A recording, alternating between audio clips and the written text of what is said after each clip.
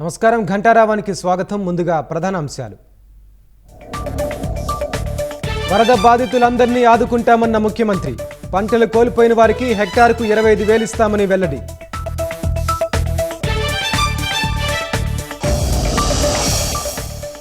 ఉమ్మడి గోదావరి జిల్లాలను ముంచెత్తుతోన్న వరద. జలదిగ్బంధంలో లంకలు, పలు చోట్ల రాకపోకలకు ఆటంకం.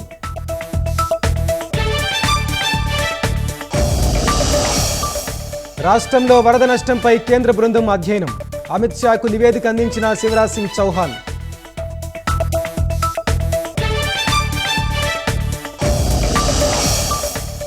బెజవాడలో సాధారణ స్థితికి చేరిన 90% ప్రాంతాలు. ఇళ్లలో బురదను ఫైర్ ఇంజిన్లతో తొలగిస్తున్న సిబ్బంది.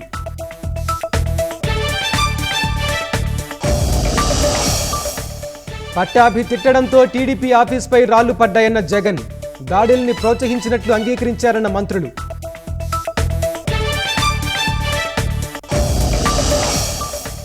సెమీకండక్టర్ రంగంలో పెట్టుబడులకు ప్రధాని పిలుపు. $500 బిలియన్ ఎలక్ట్రానిక్ విభాగమే లక్ష్యమని ప్రకటన.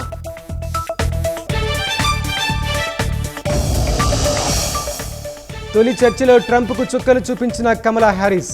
ఆర్థిక వ్యవస్థను నాశనం చేశారంటూ తీవ్ర స్థాయిలో ధ్వజం.